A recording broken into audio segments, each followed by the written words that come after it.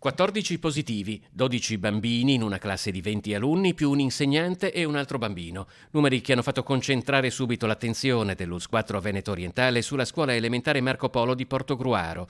L'ipotesi da verificare è che possa trattarsi della variante inglese del coronavirus. Il numero di casi elevati all'interno di una singola classe non ci può fare escludere anche questa ipotesi, motivo per il quale cautelativamente questi tamponi selezionati sono già stati inviati all'Istituto Zooprofilattico delle Tre Venezie che si trova a Legnaro. Quando è prevista la risposta? È difficile dirlo, speriamo domani o al più tardi dopodomani, questo è quello che ci ha detto l'istituto.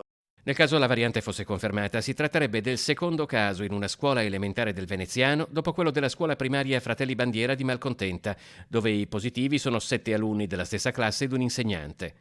I positivi al momento non presentano sintomi diversi. A Portogruaro sono state inoltre attivate tutte le procedure del caso. Per quanto riguarda la classe dove ci sono stati un numero importante di casi, 12, è stata applicata la misura della quarantena, quindi sono tutti a casa.